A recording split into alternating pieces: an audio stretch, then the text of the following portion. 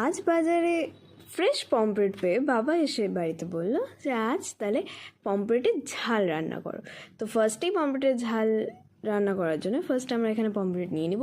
তারপর ওটার মধ্যে লবণ হলুদ মাখিয়ে কড়াই চাপিয়ে তারপর ওটার মধ্যে তেলটাকে গরম করতে দিয়ে তারপরে এক এক করে মাছগুলোকে আমরা ভেজে নিব ভালো মতন।